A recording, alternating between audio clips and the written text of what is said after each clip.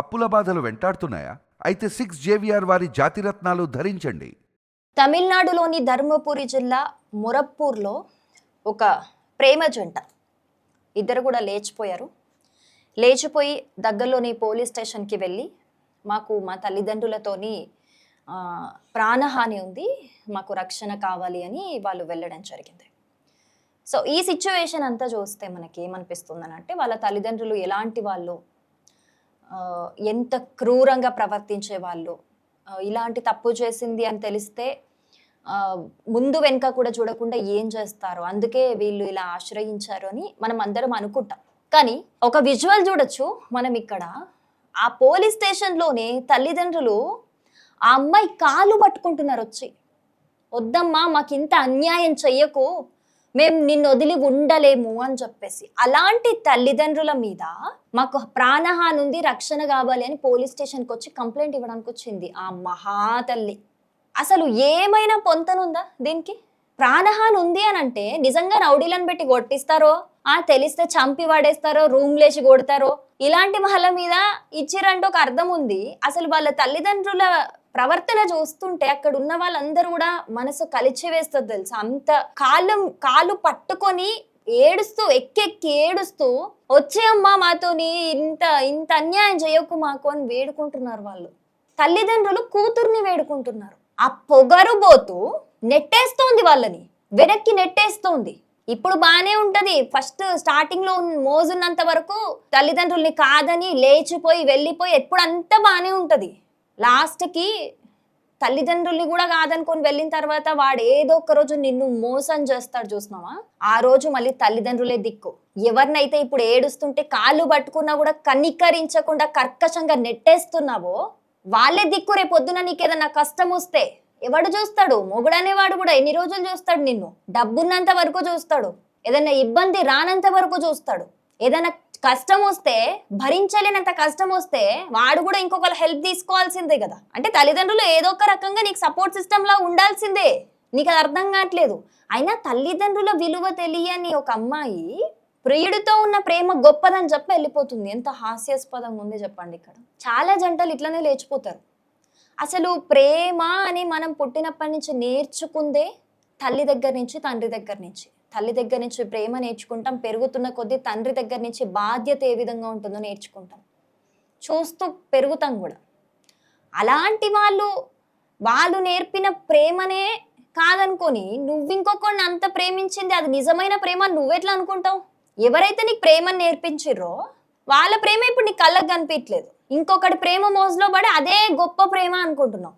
ఇలాంటి ఒక ఇన్సిడెంటే మనము రీసెంట్గా ఒకటి చూసాం. ఇలాంటిది అని అంటే బెంగళూరులో రీసెంట్గా ఒక శ్వేత అని అమ్మాయి ప్రియుడి కోసం వాడితో తిరగక్కమ్మ మంచోడు కాదు అని హెచ్చరిస్తే తీసుకెళ్ళిపోవడానికి, లివింగ్లో ఉంటుందని తీసుకెళ్ళిపోవడానికి వస్తే ఇంటికి వచ్చి పేరెంట్స్తో గొడవ పడుతూ పేరెంట్స్ని చంపేసింది. ఏంటని అడిగినందుకు చెల్లిని చంపేసింది. అంటే ఒక ప్రియుడి కోసం ముగ్గురిని చంపేసింది. సొంత వాళ్ళని, బయటెవడో వాడి కోసం సొంత వాళ్ళని చంపేసింది. లాస్ట్కి ఆమెకి ఏ గతి పట్టిందో చూసినాం కదా. దీని దగ్గర ఉన్న 30 లక్షలు తీసుకొని దాన్ని మోసం చేసి పరారైపోయిండు ప్రియుడు. అట్లనే ఉంటది గతి. నువ్వు ఒక దగ్గర అన్యాయం చేస్తే దేవుడు నిన్నేం సుఖపెట్టాడు కదా, నీకు కూడా అన్యాయమే జరుగుతుంది. కాస్త ఆలస్యం అవుతుందేమో అంతే. దట్టు తల్లిదండ్రులను బాధ పెట్టిన ఎవ్వరూ కూడా బాగుపడ్డట్టు ఎక్కడ కూడా చరిత్రలో లేదు, ఎక్కడా కూడా ఉండదు. ఫస్ట్ ఆఫ్ ఆల్ ఇట్లా లేచిపోవడం గురించి పర్టికులర్గా మాట్లాడుతున్నా నేను. ఏమొస్తుంది అసలు ఇంత బాధ పెడితే వాళ్ళని?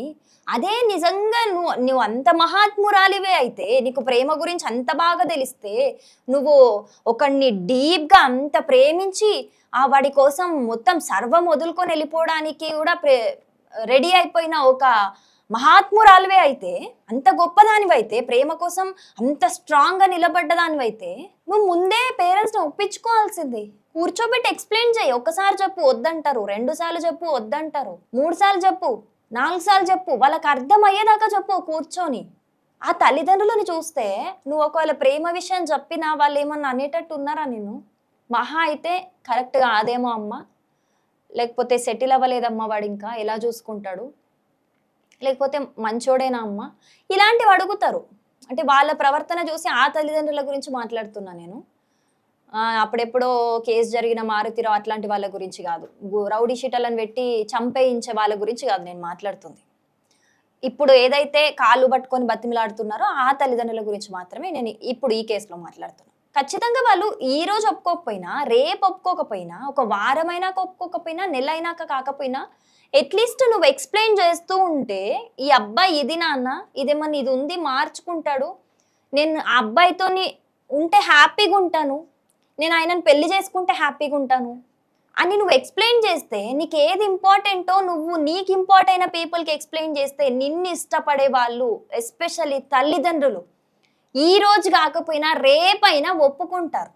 నీ సంతోషం ఒక దాంట్లో ఉంది, నువ్వు అతనితో సంతోషంగా ఉండగలుగుతావని వాళ్ళకి అర్థమైతే వాళ్ళు ఖచ్చితంగా ఒప్పుకుంటారు.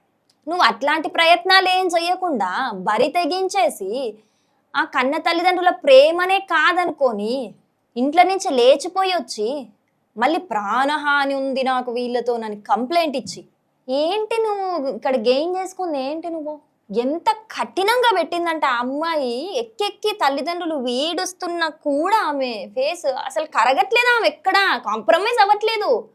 పోలీస్ వాళ్ళు చెప్పినా కూడా అవ్వట్లేదు. ఇంకా పోలీస్ వాళ్ళు గత్యంతరం లేక పోనీండి అమ్మా, అమ్మాయి మేజర్ పోనీండి, మీరు అసలు వాళ్ళని డిస్టర్బ్ చేయొద్దు అని చెప్పి వీళ్ళకే తల్లిదండ్రులకే చెప్పి పంపించేశారు. ఎంత అన్యాయం చూడండి. ఇక్కడ అన్యాయం జరిగింది తల్లిదండ్రులకి, వాళ్ళని డిస్టర్బ్ చేయొద్దని వీళ్ళకి చెప్పి పంపించేశారు.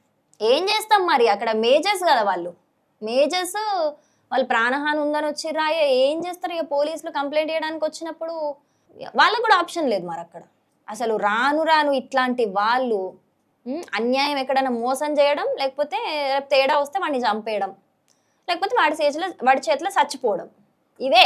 అంతేగాని మంచో చెడో తల్లిదండ్రులు చెప్తున్నారు ఆలోచిద్దాము, రేపొద్దున ఏదన్నా అయినా వాళ్ళు తోడుంటారు, ఆహా, ఇలా చేస్తున్నారు కాబట్టి ఇట్లాంటి ఘోరాలు జరుగుతున్నాయి. అసలు ఈ అమ్మాయి చేసిన దాని మీద మీకేమనిపిస్తుంది? ఇదంతా చూసినాక ఒక్కసారి కమెంట్ చేయండి. ఇంత చేసినాక వాడిని వెళ్ళి పెళ్లి చేసుకుంటుంది కదా, అసలు ఆ అమ్మాయి భవిష్యత్తు ఎలా ఉండబోతుంది అది కూడా కమెంట్ చేయండి.